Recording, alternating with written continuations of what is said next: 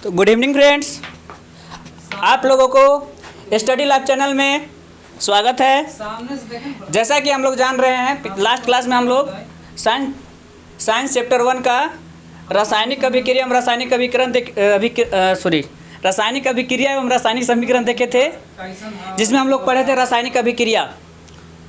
ठीक है, तो रासायनिक अभिक्रिया पढ़े थे, उदाहरण के माध्यम से समझे थे कि कौन सा अभिक्रिया रासायनिक अभिक्रिया है। रासायनिक अभिक्रिया में क्या होता है, ये इसमें जो होता है कोई नए पदार्थ का निर्माण होगा और यह पुनः मूल अवस्था में नहीं बदलेगा। ठीक है, और देख लेते हैं, उसके बाद देखते हैं आज रासायनिक अभिक्रिया का ही कुछ और उदाहरण देखते हैं। मार्कर नहीं चल रहा है, लगता है ये मार्कर में इंक नहीं है।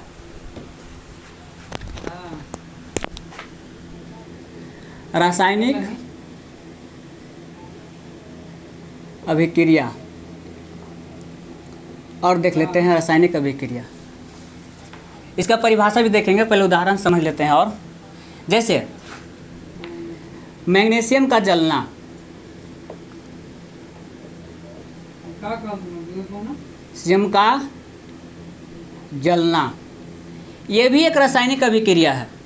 जब मैग्नीशियम को जलाएंगे तो मैग्नीशियम जलकर सफ़ेद कलर का मैग्नीशियम ऑक्साइड का क्या बनाएगा, राख बनाएगा। ठीक है, मैग्नीशियम ऑक्साइड का राख बन जाता है। अब वो मैग्नीशियम ऑक्साइड से हम लोग फिर मैग्नीशियम प्राप्त नहीं कर सकते हैं। ठीक है, इस मैग्नीशियम, जब मैग्नीशियम को जलाएंगे ऑक्सीजन की उपस्थिति में तो क्या बनेगा, मैग्नीशियम ऑक्साइड का श्वेत अवक्षेप प्राप्त होगा। ये मैग्नीशियम ऑक्साइड है। ठीक है, अब पुनः मैग्नीशियम ऑक्साइड से हम लोग राख बन जाएगा ये, तो पुनः उससे हम लोग मैग्नीशियम प्राप्त नहीं कर सकते हैं। तो ये एक रासायनिक अभिक्रिया है। जैसे सेकंड देखते हैं और उदाहरण, कार्बन का जलना। कार्बन का जलना, तो कार्बन का जलना भी एक रासायनिक अभिक्रिया का उदाहरण है। जैसे कार्बन को ऑक्सीजन के अभिक्रिया ऑक्सीजन के उपस्थिति में अभिक्रिया करवाएंगे। कार्बन को ऑक्सीजन की उपस्थिति में अगर अभिक्रिया करवाएंगे तो कार्बन डाइऑक्साइड यानी CO2 बनेगा। तो ये भी क्या है, एक रासायनिक अभिक्रिया है। ठीक है, रासायनिक अभिक्रिया यानी रासायनिक अभिक्रिया साधारण भाषा में किसको कहेंगे, एक या एक से अधिक पदार्थ मिलकर कुछ उत्पाद बनाएगा, उसी को हम लोग क्या बोलेंगे, रासायनिक अभिक्रिया बोलेंगे। फिर से एक बार बता दे रहे हैं, रासायनिक अभिक्रिया क्या है, एक या एक से अधिक पदार्थ, एक या एक से अधिक, एक या एक से अधिक पदार्थ मिलकर उत्पाद बनाते हैं, कुछ नए उत्पाद बनाते हैं, मिलकर नए लिख सकते हैं, नए उत्पाद बनाते हैं, उसे रासायनिक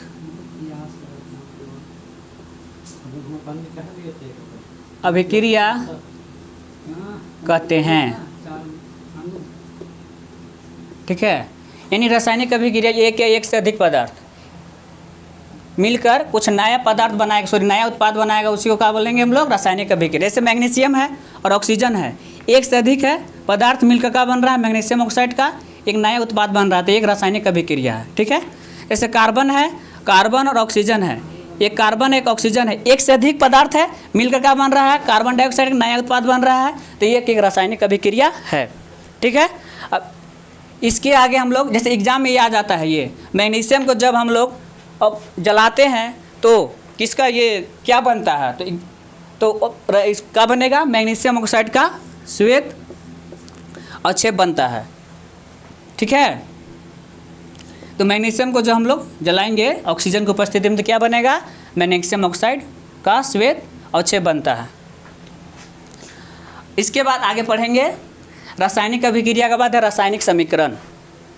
चैप्टर का नाम है रासायनिक अभिक्रिया एवं रासायनिक समीकरण। तो रासायनिक अभिक्रिया हम लोग देख लिए, अब देखेंगे हम लोग रासायनिक समीकरण। रासायनिक समीकरण देखेंगे, रासायनिक समीकरण लिखना देखेंगे, उसके बाद रासायनिक समीकरण को संतुलित कैसे करते हैं, जो बहुत इंपॉर्टेंट है, एग्जाम में आता है, देखेंगे। तो सबसे पहले हम लोग इसके बाद देखेंगे रासायनिक समीकरण। अगर रासायनिक अभिक्रिया लिखना होगा तो नोट कर लीजिएगा आप लोग। आगे देखते हैं रासायनिक समीकरण, केमिकल इक्वेशन। नेक्स्ट रासायनिक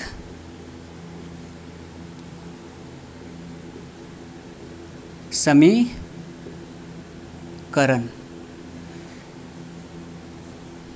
यानी जब किसी अभिक्रिया को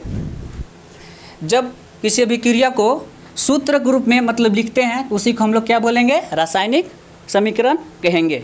जैसे कोई अभिक्रिया ले लेते हैं, ठीक है, जैसे हम लोग ले लेते हैं मैग्नीशियम, और इसके साथ मैग्नीशियम को जब जलाएंगे ऑक्सीजन की उपस्थिति में तो ऑक्सीजन तो रहेगा ऑलरेडी ही, तो क्या बनेगा, मैग्नीशियम ऑक्साइड।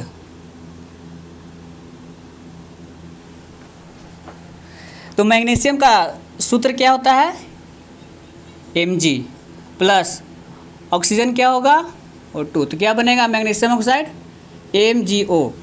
तो किसी भी रासायनिक अभिक्रिया को क्या लिखे हम सूत्र के रूप में लिख लिए, तो इसी को हम लोग क्या बोलेंगे, रासायनिक समीकरण, रासायनिक समीकरण बोलेंगे। समझ में आ गया होगा, उम्मीद है कि समझ में आया होगा आप लोगों को। नेक्स्ट उदाहरण समझते हैं रासायनिक समीकरण का। जैसे हम लोग कार्बन है, ठीक है, कार्बन को जब जलाएंगे ऑक्सीजन तो ऑलरेडी रहेगा, क्योंकि ऑक्सीजन की उपस्थिति में ही जलेगा। कार्बन जलाएंगे तो क्या बनेगा, कार्बन डाइऑक्साइड बनेगा, कार्बन डाइऑक्साइड बनेगा, कार्बन डाइऑक्साइड बनेगा। तो ये भी रासायनिक अभिक्रिया है। अभी क्या है, रासायनिक अभिक्रिया, अभी रासायनिक समीकरण नहीं हुआ है। जब इसको हम लोग सूत्र के रूप में प्रदर्शित करेंगे मतलब लिखेंगे तो ये रासायनिक समीकरण कहलाएगा। जैसे कार्बन का सूत्र क्या होता है, C होता है प्लस ऑक्सीजन का होता है O2, तो क्या बनेगा, कार्बन डाइऑक्साइड यानी CO2 बनेगा। क्या बनेगा, CO2 बनेगा। तो इसी को हम लोग क्या बोलेंगे, रासायनिक समीकरण। इसी को हम लोग क्या बोलेंगे, रासायनिक समीकरण। एग्जाम में नहीं आएगा रासायनिक समीकरण क्या है, ये सब आएगा नहीं, बस रासायनिक समीकरण यह आता है। रासायनिक समीकरण संतुलित करना क्यों जरूरी है, इंपॉर्टेंट है, आता है एग्जाम में। एग्जाम में भी नहीं पूछेगा रासायनिक अभिक्रिया क्या है, बस एग्जाम्पल पूछेगा रासायनिक अभिक्रिया का, इसमें कौन सा एग्जाम्पल है, परिभाषा नहीं आता रासायनिक अभिक्रिया का। ठीक है, आगे देखते हैं, इससे थोड़ा सा आगे देखते हैं और रासायनिक समीकरण में ही अभी सीरीज करते हैं। आप लोग ध्यान दीजिएगा अच्छे से, अब पढ़ने मन लगाइएगा। कुछ डाउट होगा तो कमेंट कीजिएगा ज़रूर। जैसे तो रासायनिक अभिक्रिया हम लोग देखेंगे कौन कौन भाग लेता है। तो रासायनिक अभिक्रिया में अभिकारक मिलकर उत्पाद बनाता है, मतलब रासायनिक अभिक्रिया में कौन भाग लेता है, अभिकारक। एग्जाम में आज भी जाता है, अभिकारक क्या है, अभिकारक क्या है। तो अभिकारक किसको कहते हैं, जो रासायनिक अभिक्रिया में भाग लेता है उसी को क्या बोलते हैं, अभिकारक कहा जाता है। अभिकारक हमेशा बाएं साइड होता है, अभिकारक हमेशा किस साइड होता है, बाएं साइड होता है। जैसे देखते हैं, जैसे ये मैग्नीशियम है और ये ऑक्सीजन है, ये MgO बनेगा यानी मैग्नीशियम ऑक्साइड, ये लेफ्ट साइड यानी बाएं साइड, तो इसे हम लोग क्या बोलेंगे, अभिकारक बोलेंगे, अभिकारक बोलेंगे। इंग्लिश में बोलते हैं रिएक्टेंट। और जो अभिकारक यानी मैग्नीशियम और ऑक्सीजन मिलकर क्या बन रहा है, मैग्नीशियम ऑक्साइड बन रहा है, तो ये उत्पाद इसको बोलेंगे हम लोग, क्या बोलेंगे, उत्पाद कहेंगे, इसको बोलेंगे प्रोडक्ट। ठीक है, तो एग्जाम में आ जाता है कि कभी कभी अभिकारक क्या है, एक नंबर में आ जाएगा अभिकारक। तो अभिकारक किसको कहेंगे, जो रासायनिक अभिक्रिया में भाग लेता है, जो वैसे पदार्थ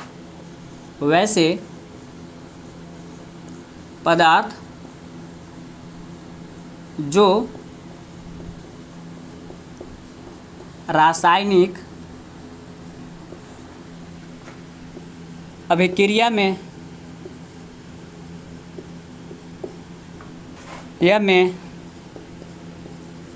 भाग लेता है उसे अभिकारक यानी रिएक्टेंट कहते हैं।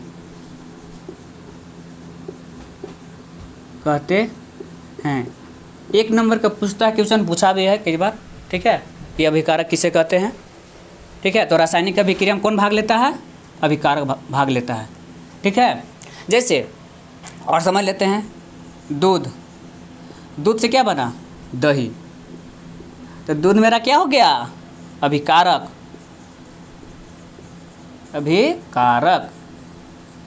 क्योंकि रासायनिक अभिक्रिया में भाग कौन ले रहा है? दूध। और दूध से क्या बना? दही। तो दही मेरा क्या हो गया? उत्पाद हो गया, ठीक है। और एग्जाम्पल ले लेते हैं,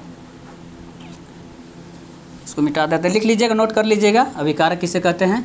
वैसे पदार्थ जो रासायनिक अभिक्रिया में भाग लेता है उसे उसे अभिकारक या रिएक्टेंट कहते हैं, ठीक है।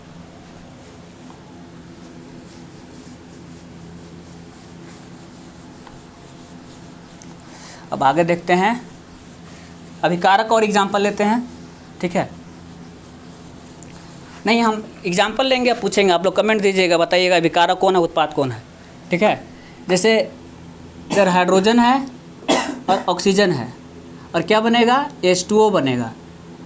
ये हाइड्रोजन ऑक्सीजन मिलकर क्या बनेगा? H2O। तो बताइएगा अभिकारक किसको बोलेंगे, अभिकारक कौन है और उत्पाद कौन है? ये कमेंट में आप लोग आंसर दीजिएगा। अभिकारक कौन है, अभिकारक किसको कहेंगे? इधर कौन साइड? अभिकारक कौन होगा इसमें और उत्पाद कौन होगा? आप लोग कमेंट में ज़रूर बताइएगा, ठीक है।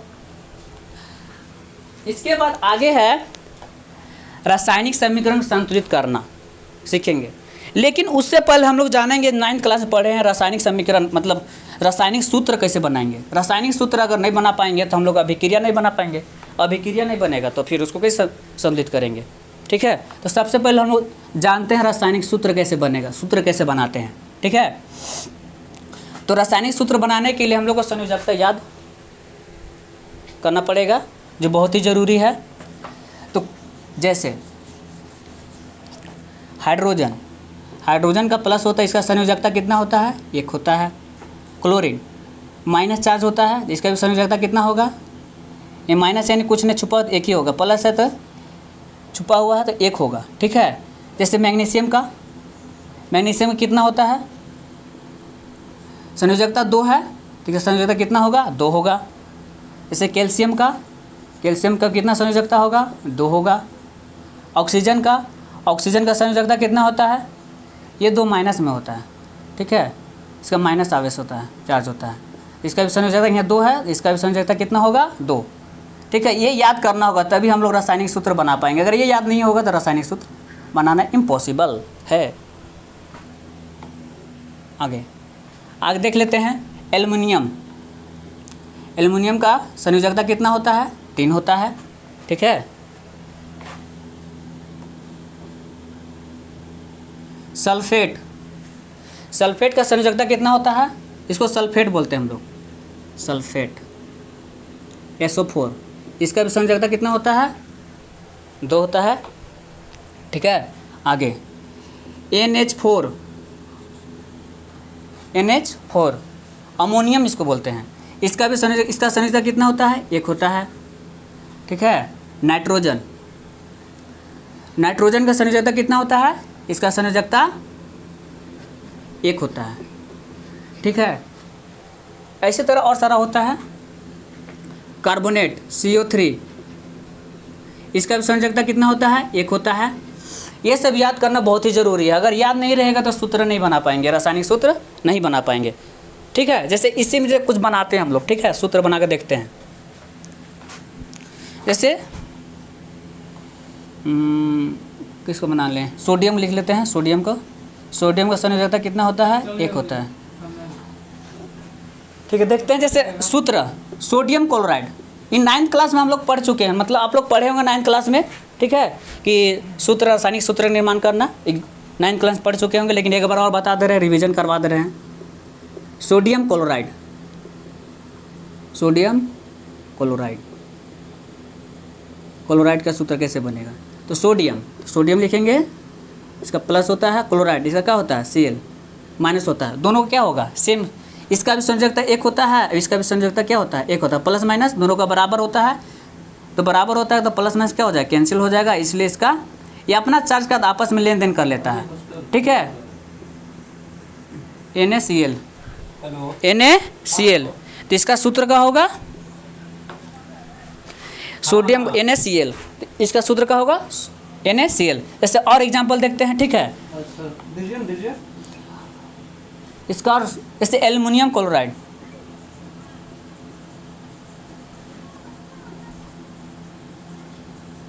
एल्युमिनियम क्लोराइड, इसका सूत्र कैसे बनेगा? देख लेते हैं। सूत्र, रासायनिक सूत्र एक प्लस में चार्ज रहता है, एक माइनस में रहता है, तभी रासायनिक सूत्र बनता है। एक प्लस में रहेगा, एक माइनस में चार्ज रहेगा, तभी रासायनिक सूत्र संभव है ना। तो दोनों प्लस में रह सकता है, दोनों माइनस में नहीं रह सकता है, ठीक है। एल्युमिनियम यानी Al और क्लोरीन का Cl, ठीक है। तो एल्युमिनियम का भी बताया है, एल्युमिनियम का संयोजकता कितना होता है? 3, यानी प्लस में होगा ये, और क्लोरीन कितना होगा? माइनस यानी 1 होता है। तो आपस में जो चार्ज होगा लेन देन हो जाता है, ठीक है। यानी एल्युमिनियम, तो इसका संयोजकता कितना होता है? 1 होता है, तो 1 तो नहीं लिखाएगा। अब Cl यानी एल्युमिनियम का कितना होगा? 3 होगा, तो ये 3 यहाँ आ जाएगा। तो इसीलिए इसका सूत्र का हो गया, एल्युमिनियम क्लोराइड का सूत्र होगा AlCl3, ठीक है। तो इसे आप लोग नोट कर लीजिएगा। तो इसका सूत्र क्या बनेगा? AlCl3, aluminium chloride. ऐसे मैग्नीशियम ऑक्साइड के भी देख लेते हैं एक बार, लास्ट इस सूत्र मतलब देख लेते हैं कैसे। मैग्नीशियम ऑक्साइड, मैग्नीशियम ऑक्साइड, जैसे मैग्नीशियम का क्या होगा? Mg होगा, ऑक्सीजन यानी O होगा। मैग्नीशियम का संयोजकता क्या होगा? 2, +2 चार्ज होता है, प्लस में होता है। ऑक्सीजन क्या होता है? इसका भी 2 होता है, लेकिन ये माइनस में चार्ज होता है। तो सूत्र, रासायनिक सूत्र तभी बनेगा जब एक प्लस में चार्ज होगा, एक माइनस में चार्ज होगा, तभी रासायनिक सूत्र बनता है। तो दोनों प्लस में नहीं हो सकता है, दोनों माइनस में नहीं हो सकता है। ये दोनों, यहाँ 2 है, यहाँ भी 2 है, दोनों सेम है। तो सेम है, इसलिए क्या हो जाएगा? प्लस माइनस दोनों कैंसिल हो जाता है, ठीक है। तो इसलिए ये और ये क्या हो जाएगा? कैंसिल, MgO, इसलिए इसका सूत्र क्या होगा? MgO, मैग्नीशियम ऑक्साइड, ठीक है। तो हम लोग सीख लिए रासायनिक सूत्र कैसे बनाते हैं। तो हम लोग देखेंगे अब रासायनिक सूत्र को संतुलित कैसे करेंगे, ठीक है। अब संतुलित करने के लिए सीखेंगे, लेकिन संतुलित करने के लिए नेक्स्ट वीडियो, नेक्स्ट क्लास में देखेंगे। आज के लिए इतना ही, मतलब कुछ होमवर्क दे देते हैं। सूत्र बनाइएगा, आप लोग कमेंट कीजिएगा, ठीक है। जैसे आप लोग सूत्र बनाइएगा हाइड्रोजन क्लोराइड का सूत्र बनाइएगा, इसका कमेंट कीजिएगा क्या होगा, ठीक है। सेकेंड है हाइड्रोजन ऑक्साइड का, थर्ड है कैल्शियम क्लोराइड का बनाइएगा आप लोग, ये ज़रूर कमेंट कीजिएगा। इसी से बन जाएगा जितना भी लिखवाए हैं, कैल्शियम क्लोराइड का, ठीक है। 3 को ही दे रहे हैं, इस तीनों कमेंट कीजिएगा। और नेक्स्ट वीडियो में यानी नेक्स्ट डे हम लोग पढ़ेंगे रासायनिक समीकरण को संतुलित कैसे करते हैं। नहीं दिख रहा है आप लोगों को ना, ये होमवर्क दिए से, ठीक है। इसको अच्छे से लिख दे रहे हैं, इसको इरेज कर दे रहे हैं, आप लोग नोट कर लिए होंगे। तो होमवर्क में है रासायनिक सूत्र का निर्माण करना, ठीक है। किसका किसका? फर्स्ट है हाइड्रोजन क्लोराइड, जिसको हम लोग हाइड्रोक्लोरिक अम्ल के बोलते हैं। हाइड्रोजन क्लोराइड का सूत्र बनाइएगा आप लोग। Second calcium chloride,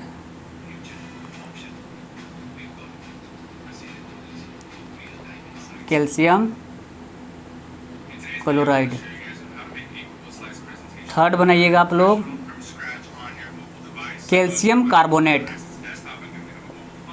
calcium carbonate जो चूना पत्थर का सूत्र होता है, कैल्शियम कार्बोनेट चूना पत्थर संगमरमर का सूत्र होता है, इसका सूत्र बनाइएगा आप लोग। चौथा नंबर में आप लोग बनाइएगा, किसका बनाइएगा, अमोनियम क्लोराइड का बनाइएगा, अमोनियम क्लोराइड। इतना ही आप लोग बनाइएगा, इस सूत्र बना के कमेंट कीजिएगा। ये होमवर्क है आज का। अब इसके बाद नेक्स्ट वीडियो हम लोग देखेंगे, सीखेंगे रासायनिक समीकरण को संतुलित करना, कैसे संतुलित करते हैं, जो एग्ज़ाम में हर साल आता ही आता है। तो आज के लिए इतना ही, धन्यवाद। अगर वीडियो अच्छा लगा होगा तो लाइक, सब्सक्राइब एंड शेयर ज़रूर कीजिएगा।